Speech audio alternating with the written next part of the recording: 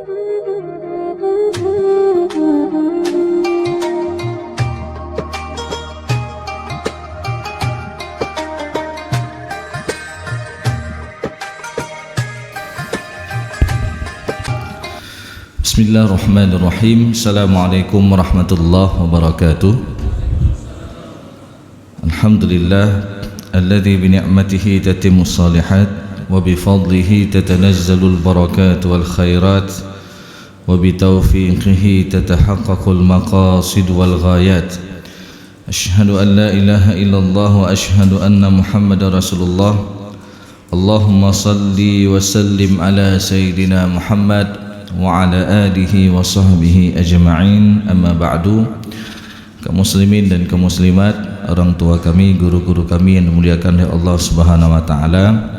Pertama-tama marilah kita memanjatkan puji dan syukur kita kepada Allah Subhanahu wa taala yang masih memberikan kita nikmat iman, nikmat sehat dan juga nikmat kesempatan untuk membuka mata pada pagi ini.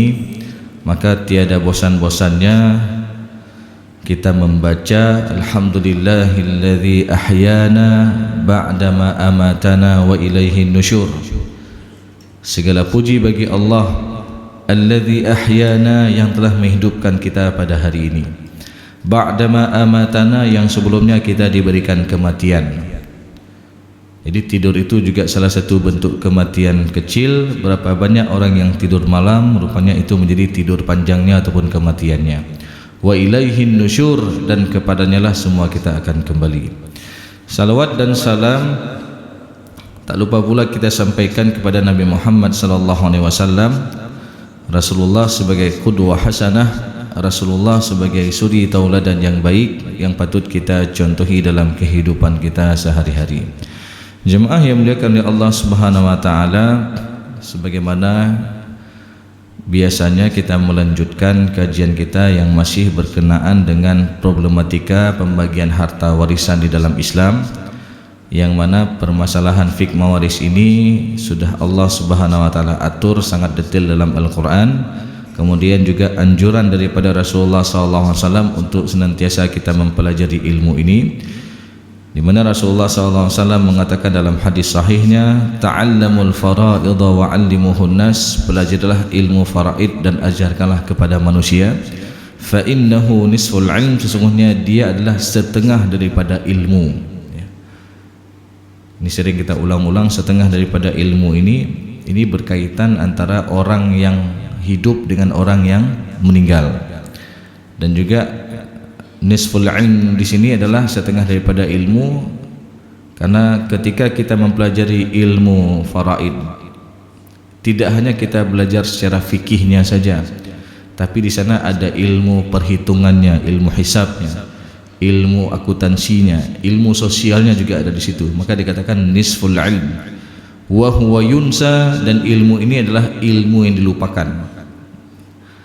Kenapa dilupakan? Karena orang mungkin susah dalam belajarnya, ataupun kalau membuka kitab juga susah dan pakai nama matematika. Jadi sehingga ilmu ini ilmu yang dilupakan. Dan juga Rasulullah SAW mengatakan, wa huwa awwalu syai'in yunza'u min ummati, ilmu ini adalah ilmu yang paling awal dicabut daripada umatku.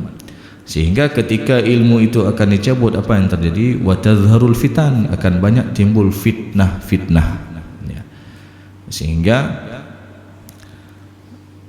tidak sedikit kadang-kadang ada orang yang bersengketa masalah harta warisan, sampai tidak lagi silaturahim antara abang adiknya, hanali pegah baju. Kemudian tidak sedikit juga yang sampai sudah adu fisik, ini gara-gara fitnah harta. Bahkan beberapa waktu yang lalu, kalau tidak salah itu di kawasan daerah Aceh Jaya, daerah Barat Selatan, ada kejadian kamu tak parang antara seorang paman dengan ponakannya, dan ini sempat diberitakan di berita online. Ini sangat kita sayangkan. Jadi karena masalah harta sampai terjadi tumpah darah. Jadi jemaah yang muliakan oleh Allah Subhanahu wa taala, padahal Allah Subhanahu wa taala telah atur dalam Al-Qur'an berkaitan dengan bagian masing-masing ahli waris. Ada yang dapat bagian setengah, ada yang dapat bagian sepertiga, seperempat, seperenam, seperdelapan, dan 2/3. Dan bagian-bagian ini telah Allah tentukan di dalam Al-Quran. Jelas sekali, An-Nisa ayat ke-11, An-Nisa ayat ke-12, An-Nisa ayat 176, akhir daripada surat An-Nisa, tentang bagian masing-masing ahli waris. Kemudian jemaah yang muliakan oleh Allah Subhanahu wa taala, begitu juga selain Allah Subhanahu wa taala telah menentukan bagian masing-masing dalam Al-Qur'an, ada juga di antara ahli waris itu yang mendapatkan bagian yang tak tertentu, ya, yang dikenal dengan istilah asabah. Ya. Jadi bagiannya nggak tentu, kadang banyak, kadang sedikit, kadang nggak dapat apa-apa. Ini hukum asabah itu ada 3 macam, ya. Sehingga jemaah yang muliakan oleh Allah Subhanahu wa taala, kalau kita lihat hukum asabah itu berdasarkan hadis Rasulullah SAW, dan juga dalam Al-Qur'an juga disebutkan, walaupun tidak disebutkan secara jelas. Contoh, tatkala Allah Subhanahu wa taala menyebutkan bagian orang tua almarhum, ya. Jadi ketika seorang meninggal dunia, masih hidup ayah dan ibunya, ya, dan almarhum yang meninggal ini tidak ada keturunan, ya. Atau misalkan dia belum menikah lah, meninggal dunia, masih hidup ayah dan ibunya, maka untuk porsi ayah dan ibunya ini diatur dalam surat An-Nisa ayat ke-11, di mana Allah Subhanahu wa taala mengatakan, wali abawaihi likulli wahidin minhuma as-sudusu mimma taraka in kana lahu walad fa illam yakul lahu waladun wa warithahu abawahu fali ummihi ats-tsulus fa illam yakul lahu waladun. Jikalau almarhum tidak ada keturunan, ya, tapi ahli warisnya ada ayah ibunya, maka disebutkan dalam Al-Quran fali ummihi ats-tsulus, maka untuk ibu 1/3. Jadi orang meninggal dunia hana keturunan, hana anak, untuk mamaknya, ibu kandungnya dapat 1/3. Nah, di dalam Al-Quran tidak disebutkan bagian ayahnya, ya, sehingga menurut para ulama tafsir, tidak disebutkan bagian ayah kandungnya ini menunjukkan ayah mendapatkan asabah, ya. Dan juga hadis Rasulullah SAW yang mengatakan, alhiqul fara'idha bi ahliha fama baqiya fali aula rajulin zakarin. Jadi berikanlah hak ahli waris itu kepada yang mendapatkan bagian tertentu. Ini yang pertama dulu. Jadi tetap yang paling utama kita berikan kepada ahli waris yang dapat bagian tertentu. Fama baqiya, adapun sisa itu diberikan kepada laki-laki yang dekat hubungannya dengan si mayit. Nah, jadi kalau ada sisa itu diberikan kepada laki-laki yang dekat hubungannya dengan si mayit, ya. Maknanya ketika ditarik garis dengan almarhum tidak diselingi oleh perempuan, ya. Contoh, yang pertama dapat asabah itu adalah anak laki-laki. Oh, kalau tidak ada anak laki-laki, turun ke bawahnya cucu laki-laki dari anak laki-laki. Oh, kalau tidak ada keturunan laki-laki, asabah itu naik ke atas kepada ayah kandungnya, ya. Oh, kalau tidak ada ayah, naik ke atas lagi untuk ayahnya ayah, ya. Kakek dari pihak ayah, bukan kakek dari pihak ibu, ya. Jadi kakek dari pihak ayah dapat asabah.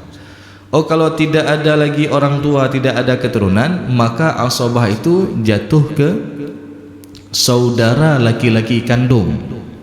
Nah, oh, kalau tidak ada saudara yang sekandung, nanti jatuh ke saudara laki-laki yang sebapak, saboh ayah beda mak dengan almarhum, ya.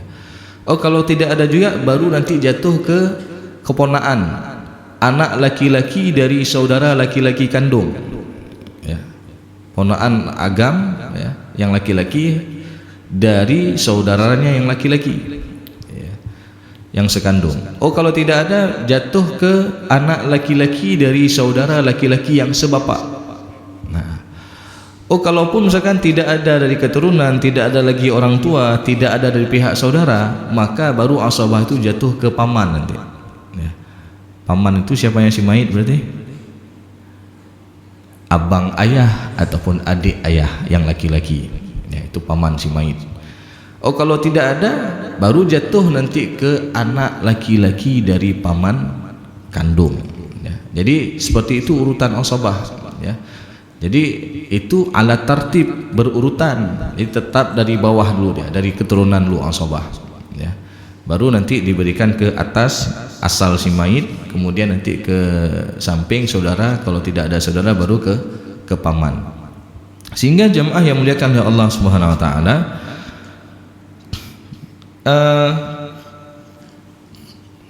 bisa kita tulis saja, ya. Kalau ada kasus seperti ini,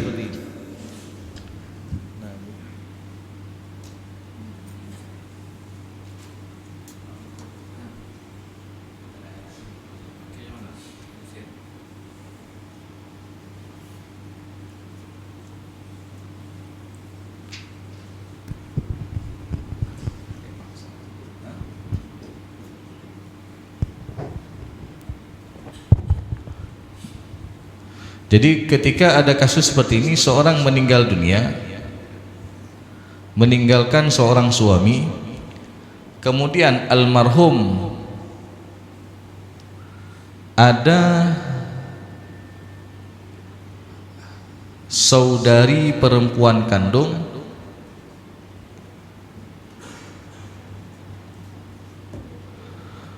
kemudian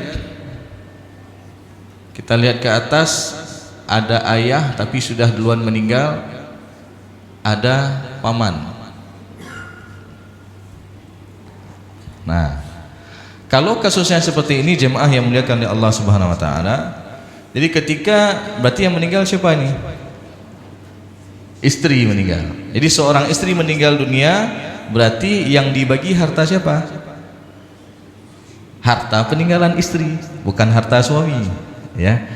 Maknanya kalaupun ada harta bersama, ini harus dipilah di awal, ya, sehingga kita tahu mana hak suami, mana hak istri.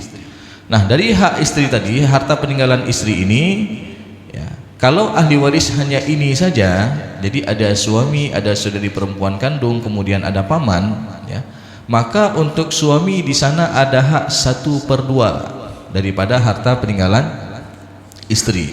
Nah, ini kadang-kadang jemaah yang muliakan oleh Allah Subhanahu wa taala, banyak terjadi masalah kadang-kadang. Kadang-kadang orang nggak terima, ya.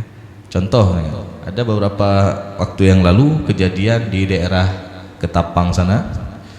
Jadi seorang suami menikah dengan seorang istri, ya. Kemudian selama perjalanan pernikahannya mereka sama-sama bekerja, istri ada kerja, suami juga ada kerja.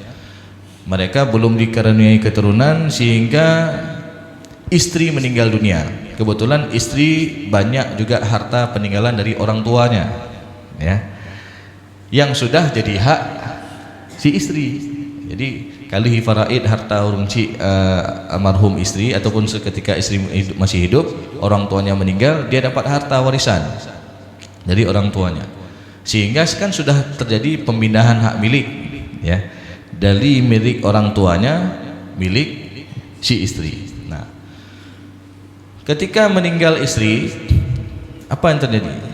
Pihak keluarga istri tidak rela harta itu difaraidkan untuk suaminya sebesar setengah, ya. Bahkan karena rumah itu adalah rumah peninggalan orang tua daripada istri, yang sekarang jadi hak istri, itu mereka pihak saudaranya menganggap ini kan harta mak kamu jamun, sehingga diusir suami ini dari rumah itu. Ini jadi ribut, ya, sampai alhamdulillah sudah lakukan mediasi, sudah kita lakukan pencerahan, akhirnya baru faham mereka. Oh, sinan nah hak suami setengah, ya. Ini jelas sekali, padahal dalilnya dalam surat An-Nisa ayat ke-12. Ya, walakum nisfu ma taraka azwajukum illam yakul lahunna walad. Jadi untuk suami mendapatkan bagian setengah daripada harta peninggalan istri jikalau istri tidak ada keturunan. Nah, kemudian jemaah yang muliakan oleh Allah Subhanahu wa taala, setelah suami mendapatkan setengah bagian daripada harta peninggalan istrinya, Untuk saudari perempuan kandung, katakanlah almarhum punya kakaknya satu orang. Nah, berapa porsi kakaknya satu orang ini?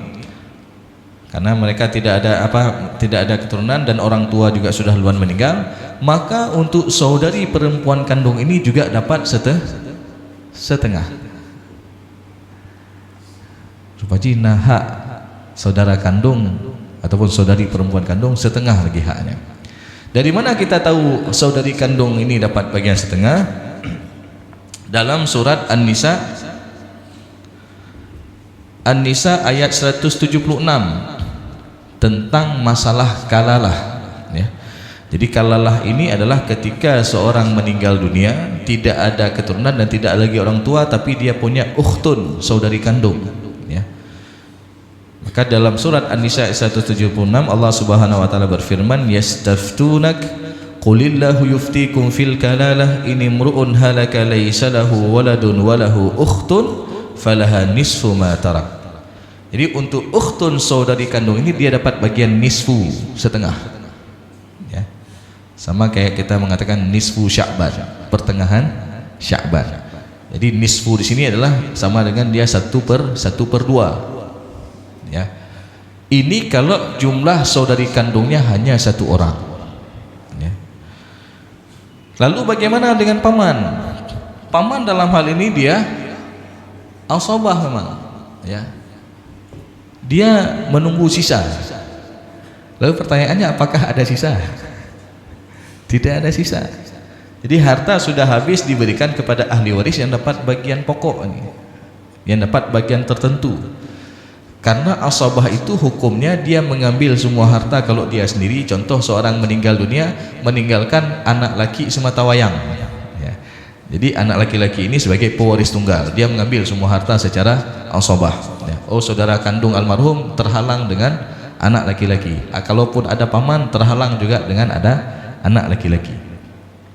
Kemudian dia mengambil sisa setelah diberikan kepada ashabul furud kalau ada sisa, ya. Tapi dalam hal ini hukum yang ketiga, dia tidak dapat apa-apa karena harta sudah habis diberikan kepada ahli waris yang dapat bagian pokok. Nyobe itu ya parang deh. Hai lun wali teh hak lun. Hanali kabi. Ya, sudah habis diberikan kepada ahli waris yang dapat bagian pokok. Kecuali jemaah yang muliakan oleh Allah SWT. Misal yang tinggal di sini adalah misalkan istri. Jadi yang dibagi adalah harta peninggalan suami, yang meninggal suami. Maka untuk istri berapa dapat? 1/4 dia dapat, ya. Berarti istri dapat 1/4 karena almarhum suami yang meninggal ini tidak ada keturunan. Kemudian kalau almarhum suami ada kakaknya satu orang, tetap dia dapat bagian 1/2 karena yang mempengaruhi bagian saudari kandung ini adalah ada keturunan ataupun dia syarat dia dapat setengah, tidak ada keturunan, tidak ada lagi orang tua, dan tidak ada saudara laki-laki kandung, ya. Kalau ada saudara laki-laki kandung, na abang si mait, na abang, na adik inang, abang yang agam, adik inang, ya, dua-duanya ada, mereka mendapatkan asabah secara berdua, tapi pembagiannya 2:1. Ini kita cerita nggak ada saudara laki-laki kandung, ya, yang ada perempuan saja satu orang, ya. Maka dalam hal ini istri dapat bagian 1/4, ya.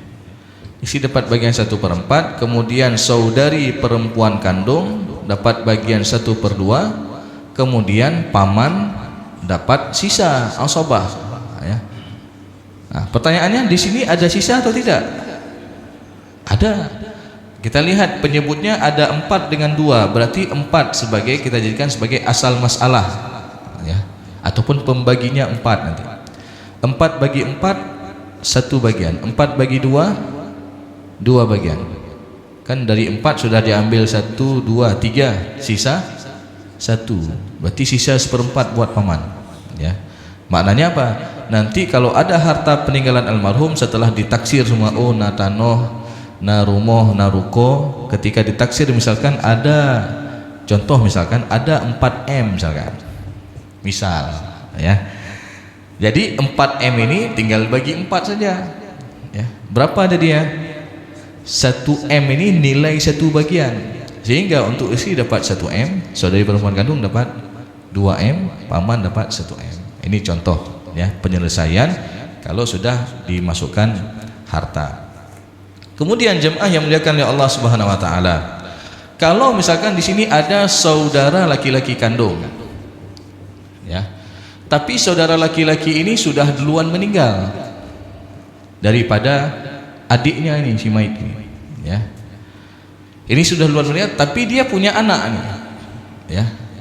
Ada anak laki-laki dari saudara laki-laki kandung. Ya, ponaan. Kemudian ada paman. Ini pertanyaannya siapa lebih berhak dapat asabah? Nah, jadi ponaan dari saudara agam yang laki-laki, ya. Kemudian ada paman. Maka dalam hal ini yang lebih berhak dapat asabah adalah ponaan. Ya. Jadi kalau dalam hal ini misalkan di sini ada anak laki-laki dari saudara laki-laki kandung yang sudah duluan meninggal, ya. Maka dalam hal ini kasus ini yang berhak dapat asabah adalah anak laki-laki, sedangkan paman terhalang dengan anak laki-laki dari saudara laki-laki kandung. Jadi ini jemaah yang muliakan oleh Allah SWT, harus kita tahu secara pasti urutannya, jangan sampai kita salah memberikan hak, ya. Apalagi dalam masalah faraid ini kan kita harus tahu juga, faham tentang masalah bab hijab, siapa yang dihalang, siapa yang terhalang. Karena kalau kita tidak mengetahui bab siapa yang dihalang, siapa yang terhalang, dikhawatirkan kita akan memberikan hak kepada orang yang tidak berhak dan kita mengharamkan hak kepada orang yang seharusnya berhak. Sehingga ada ungkapan ulama faraid mengatakan tidak halal berarti haram yang tidak menguasai bab hijab untuk memberikan fatwa tentang masalah faraid. Karena tadi kekhawatiran tadi, ya, takutnya dia kasih kepada orang yang tidak berhak ataupun dia mengharamkan kepada yang berhak. Baik, mungkin ini sekedar mukadimah saja, bisa kita kembangkan dengan tanya jawab. Kalau ada yang bertanya kita persilakan. Assalamualaikum warahmatullahi wabarakatuh. Waalaikumsalam. Ini Ustaz ada yang mau tanya sedikit. Ini di daerah saya ini kan ada Ya, ada hukum adat. hukum ada. Jadi mau tanya, ini kedudukan hukum adat di negara, ada hukum adat di dalam hukum Islam. Jadi kalau di Aceh besar dulu kan setiap anak perempuan kalau ada rumah dikasih tanah. Itu juga orang tua kita dulu, seandainya dikasih rumah dulu ada laki-laki, untuk perempuan ada, satu saat nanti ada perceraian hidup atau perceraian mati. Jadi kalau rumah itu tidak ada lagi untuk perempuan, dia sudah bercerai dengan istri itu, kemana? Siapa yang menjawab terhadap istrinya itu? Ya sudah suruh pulang oleh suaminya kadang-kadang. Pulang pada orang tua, rumahnya ada udah diambil laki-laki semua. Itu siapa yang menjawab? Kalau pulang ke rumah adik tidak terima, pulang ke rumah abang tidak terima. Dan memang hukumnya adalah Islam. Baik, terima kasih Pak atas pertanyaannya. Jadi berkaitan dengan adat, ya. Memang dalam sumber hukum Islam ada sumber hukum yang disepakati oleh para ulama, ada yang tidak disepakati, mana ada yang diperselisihkan. Jadi yang disepakati itu adalah Al-Quran, hadis, ijma', qiyas. Itu sumber hukum yang ittifaq, sepakat semua ulama. Nanti ada yang tidak disepakati, maknanya ada khilaf. Ada beberapa mazhab yang menggunakan sumber hukum ini, ada yang tidak. Dan di situ salah satunya adalah tentang masalah adat, ya. Sehingga nanti ada sebuah kaidah yang berbunyi al-'adah al-muhakkamah.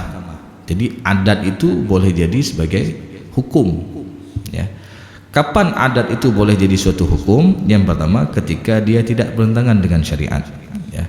Contoh tadi misalkan adat, misalkan di beberapa tempat di Sigli dan lain sebagainya, untuk memberikan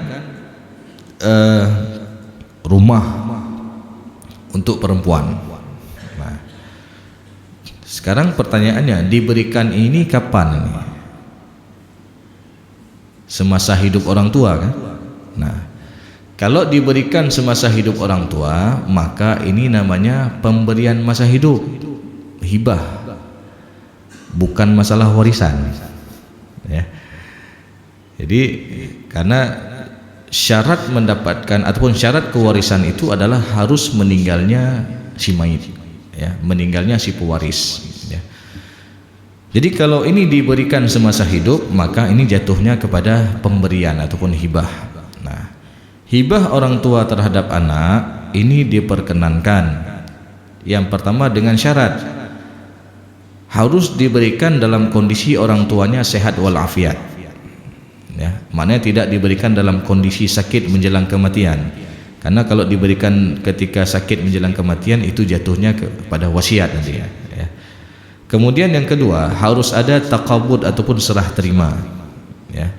Karena daripada rukun hibah itu adalah yang pertama ada si pemberi hibah, yang kedua ada si penerima hibah, yang ketiga ada objek yang dihibahkan, maknanya jelas objeknya. Kemudian yang keempat ada ijab kabul, ya. Mungkin kalau sekarang bisa kita tambahkan ada hitam atas putih lagi, ya. Jadi untuk menguatkan lagi, ya. Dan ada saksi, ya. Jadi ini kemudian hibah orang tua terhadap anak ini harus ada prinsip keadilan, walaupun adil itu nggak mesti sama. Be indang menteng yang ijuk rumah, yang agak mana ijuk siapa minta kero. Itu kadang-kadang ini jadi permasalahan. Ketika kapan? Ketika orang tua meninggal dunia nanti. Yang laki-laki mungkin adik pelomnya ya laki hak warisan lo hanali ron kagak ijuk rumah jamun. Nah, adiknya bilang, bang, frehle bang, lon kan hana lo laki nya kagak ijuk. Jadi satu masalah kan nih. Nah, jadi sehingga dalam masalah tersebut, ya, tentu harus ada prinsip adil, walaupun adil itu nggak mesti sama. Contoh kan, yang inang ijuk rumah, yang agam ijuk lampu kan. Itu kalau mereka sudah antaradin, sudah ridha satu dengan yang lainnya, tidak masalah. Sehingga juga jemaah yang dimuliakan oleh Allah SWT, dalam memberikan pemberian hibah kepada anak ini juga harus ada persetujuan daripada semua. Kalau bisa tanda tangan semua. Ini sudah dikasih untuk anak perempuan, ini dikasih untuk anak laki-laki. Semua sepakat dan semua tanda tangan. Ya, ini untuk menghindari hal-hal yang tidak kita inginkan ke depan. Karena orang bisa berubah dengan berubah kondisi, dengan berubah nilai objek warisan. Jamun kas sepakat jamun. Tiba-tiba harga tanah adik to jalan tol KII. Sehingga abangnya protes, "Dik, nyo hanasi nyo. Ni tanah ron KII drastis dah ium ni." Jadi sehingga ini jadi satu masalah. Makanya tetap dibuat hitam atas putih, ya, tentang pemberian hibah ini, dan disetujui dan diketahui oleh semua ahli waris, ya. Jadi ya contoh adat tadi, kalau misalkan telah diberikan tadi yang agam na hijau, yang inang pih na hijau rumah, dan yang laki-laki mengatakan hana masalah, ya, yang penting tanya baik garu-garu, itu nggak apa-apa, ya. Jadi nggak apa-apa seperti ini, karena kalau sudah melalui apalagi ini sudah menjadi hukum di suatu tempat, sehingga mereka sudah ridha, ya. Oh, kamu biasa kampung kamu punya rumah ke si kurinang, ya, alhamdulillah kamu pihana karu, jangan kata yang laki, ya. Ya, jadi ini tidak masalah, ya. Jadi selama ini juga jangan sampai yang satu dikasih, satu nggak dikasih, ya. Ini pernah terjadi masa Rasulullah, ketika Rasulullah memberikan pemberian kepada sahabat Rasulullah SAW yang bernama Nu'man ibnu Bashir, memberikan pemberian kepada seorang anaknya, ya. Lalu ketika Nu'man ibnu Bashir memberikan pemberian kepada anaknya, istrinya tidak ridha karena hanya dikasih kepada anak satu orang saja. Lalu istrinya bilang, boleh pemberian ini diberikan, tapi Rasulullah jadi saksi atas pemberian ini. Besoknya Nu'man bin Bashir menjumpai Rasulullah lalu berkata, "Ya Rasulullah, saya telah memberikan pemberian kepada anak saya, kepada salah seorang anak saya, tapi istri saya tidak ridha atas pemberian ini sampai engkau jadi saksi ya Rasulullah." Ya. Kemudian ketika Rasulullah mendengar tersebut, Rasulullah tanya, "Apakah engkau memberikan kepada anak-anakmu yang lain?" "Tidak ya Rasulullah." Lalu Rasulullah mengatakan, "Ya'dilu baina auladikum," berlaku adillah kamu terhadap anak-anakmu. Dalam riwayat yang lain disebutkan farji'hu, tarik kembali apa yang telah kamu hibah itu. Ya. Sehingga ini menjadi hukum boleh menarik hibah orang tua terhadap anak. Ya. Misal sudah dihibah satu buah ruko buat anak. Rupanya ruko itu dibuat tempat main domino, main chip atau dan sebagainya. Ya. Orang tua mengatakan nyoh hanjit li lagi. Ya. Apakah boleh orang tua tarik seperti itu hibahnya? Boleh. Ya. Tetapi jemaah yang dimuliakan oleh Allah SWT, ini tidak berlaku untuk yang lain. Baik kalau hibah masjid ya lah kelo masjid. Ya. Jadi khusus orang tua terhadap anak. Karena kalau orang sudah hibah ya dan dia tarik kembali, itu disebutkan dalam sebuah hadis, al-aidu fi hibatihi, orang yang menarik kembali apa yang telah dihibah itu dalam dua riwayat. Yang pertama seperti orang yang menjilat muntahnya sendiri, yang kedua lebih keras lagi disebutkan seperti anjing yang menjilat muntahnya sendiri. Seperti itu hinanya orang sudah kasih tapi dia tarik kembali. Ya. Tapi pengecualian hibah orang tua terhadap anak. Ya, ini pengecualian. Jadi seperti itu Pak. Ya. Jadi adat itu boleh jadi sebuah hukum ketika tadi kita sebutkan dia tidak bertentangan dengan syariat dan itu sudah dimaklumkan oleh semua penduduk dan semua ahli waris bahwasanya misalkan rumah itu sit kajit hak orang inan, ya ada masalah. Baik. Ya? Syarat untuk menarik hibah kembali. Ya misalkan apabila misalkan seorang anak itu dibuat objek hibah itu sebagai tempat maksiat misalkan, ya. Ataupun misalkan ada tingkah laku anak yang ya menyakiti orang tuanya. Ya, contoh anak itu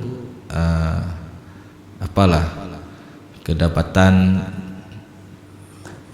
main judi misalkan ataupun kedapatan mesum dan lain sebagainya ya, sehingga ini kan memalukan orang tua juga ya. Atau misalkan ada anak yang udah dikasih pemberian sama orang tuanya, tiba-tiba anaknya ini menikah tanpa izin orang tua, itu sah-sah saja kalau ditarik kembali.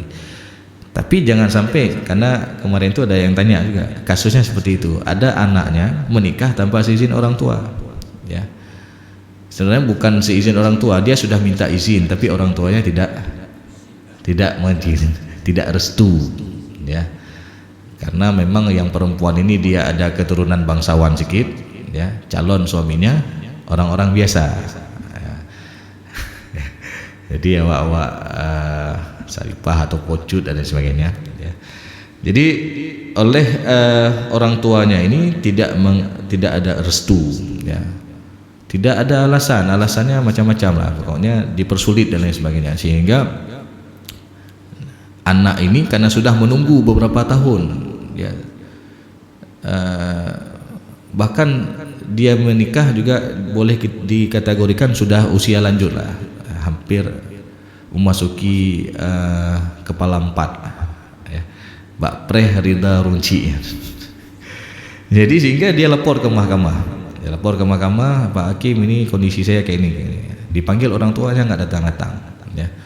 Sampai akhirnya ya, dari pihak mahkamah kalau tidak salah memberikan wali hakim ya. Sehingga ketika sudah kejadian seperti itu, orang tuanya tanya, "Ustaz, menyelu meninggal itu pe anak yang menikah tanpa izin lu yang merempat harta warisan bukan?" Saya menjawab, tetap dapat. Yang namanya nasab itu dia nggak akan putus ya, kecuali kalau dia sudah murtad. Nah, anak perempuan ini murtad misalkan, maka ini baru nggak dapat, karena ini berdasar ada hadisnya, ada rujukan hukumnya ya. atau anak ini yang membunuh orang tuanya, ya. Jadi baru dia nggak dapat. Tapi kalau dalam kondisi normal, ya, maka ini dia tetap mendapatkannya. Oh, karena dia udah buat saya sakit hati dan lain sebagainya. Kita berbicara hukum, jangan kita bicara perasaan, ya. Secara hukum dia memenuhi sebab-sebab dapat warisan, dia memenuhi syarat-syarat dapat warisan, itu tidak ada hak, ya. Kecuali pemberian semasa hidup itu boleh ditarik. Oke, benar, ya. Namun kaijuk misalkan pernah motor ataupun ada ruko dan lain sebagainya, maka ini sah-sah saja kalau ditarik sama orang tuanya, ya. Tapi kalau yang namanya warisan itu tetap dia ada hak, walaupun misalkan orang tua bilang ataupun pernah orang tua mewasiatkan lah, hai nyom nyelum meninggal tu ke si abang baik juk, karena mungkin orang tuanya benci kali sama abang, sama anak yang paling tua misalkan, ya.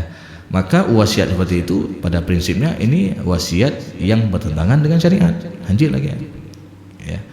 Jadi karena yang namanya nasab sekali lagi itu tidak akan putus, selalu dibawa, ya. Hatta walaupun misalkan orang tua sudah bercerai, ya. Kadang-kadang ada sebagian orang menganggap, oh punya orang cik bercerai kan hanali, tetap itu adalah anak ayahnya dan anak daripada ibunya, ya. Walaupun status orang tuanya sudah berpisah, ya. Jadi ini apa namanya berkaitan dengan tadi, apa namanya hibah itu ataupun pemberian itu, ya, boleh ditarik dalam kondisi tertentu, dan berkaitan dengan warisan itu ketika dia tetap memenuhi rukun dan syaratnya dan sebab mendapatkan harta warisan, maka dia tetap mendapatkan, seperti itu. Baik, ada lagi yang bertanya? Ya, kalau tidak ada, kita padai kajian kita pada pagi yang berbahagia ini. Mudah-mudahan apa yang telah kita sampaikan tadi bisa menjadi ilmu yang bermanfaat dan bisa kita amalkan dalam kehidupan kita sehari-hari. Sekali lagi, ketika kita bicara tentang masalah warisan, berarti kita bicara tentang masalah hak. Jangan sampai kita menzalimi hak-hak orang lain, karena ketika kita zalim terhadap hak-hak orang lain, maka tentu ada balasan di hari akhir nanti, ya. Bahkan dalam sebuah hadis disebutkan, boleh jadi sia-sia amalan salat kita, sia-sia amalan puasa kita, sedekah kita, karena kita buat zalim kepada orang. Karena Rasulullah mengatakan, al-muflisu min ummati ya'ti yawmal qiyamati bisalatin wa siyamin wa zakah. Orang yang bangkrut dari umatku di hari akhir nanti, mereka banyak bawa pahala salat, puasa, zakat dan lain sebagainya. Ya, kenapa dia bisa jadi bangkrut? Padahal secara hablum minallah bagus, ya. Dia selalu salat berjamaah, selalu bersedekah, selalu, ya, berpuasa. Tapi ketika dilihat secara hablum minannas, kata Rasulullah, qad syatama hadza wa qadhafa hadza wa akala mala hadza wa daraba hadza wa safaqa dama hadza. Dia suka buat zalim kepada orang, dia suka bertengkar dengan orang lain, dia suka memfitnah-fitnah orang lain, dia suka memakan harta orang lain, dia suka memukul orang lain, dan dia suka melakukan tumpah darah terhadap orang lain. Maka 5 bentuk kezaliman yang Rasulullah sebutkan dalam hadis ini kadang terjadi dalam satu masalah, yaitu dalam masalah pembagian harta warisan. Yang pun karu-karu boleh. Yang kedua, saling memfitnah, abang adik saling fitnah. Abang tuduh adik sudah jual harta, adiknya mengatakan, bang, waktu kamu mandang ubud drone kawannya kublo. Sehingga ini jadi fitnah nih. Sehingga yang ketiga, ada di antara mereka yang memakan secara zalim yang bukan haknya dia makan. Yang keempat, kalau kita lihat kasus berita acara di mahkamah itu ada sampai pukul-pukul. Abang tampar adiknya yang perempuan, adiknya lapor polisi, akhirnya abangnya masuk penjara, ya. Sampai seperti itu. Dan na'udzubillah ada yang sampai tumpah darah, ya. Tak parang dan lain sebagainya. Jadi ini yang saya kita khawatirkan. Sehingga apa kata Rasulullah, di hari akhir nanti fayu'ta hadza min hasanatihi wa hadza min hasanatihi. Diambil pahala-pahala kebaikan tadi dia banyak bawa pahala salat, puasa, zakat dan sebagainya, ditransfer kepada orang-orang yang pernah dia zalimi. Mungkin bukan 1-2 yang pernah dia zalimi, banyak. Sampai-sampai dalam hadis ini Rasulullah mengatakan, fa in faniyat hasanatuhu qabla ayuqda ma alai. Apabila pahala-pahala kebaikannya sudah habis, sedangkan dia dulu masih pernah buat zalim kepada orang lain lagi, maka kelak dia akan menanggung dosa orang yang pernah dia zalimi itu. Thumma turiha finnar, kemudian dia dicampakkan ke dalam api neraka. Nauzubillah min zalik. Maka sekali lagi, ketika kita bicara masalah warisan berarti kita bicara masalah hak, jangan sampai kita menzalimi hak-hak orang lain. Lebih bagus posisi kita ini dizalimi daripada kita menzalimi hak orang lain. Demikian, lebih dan kurang saya mohon maaf. Aqulu qawli hadza wa astaghfirullah li wa lakum. Assalamualaikum warahmatullahi wabarakatuh.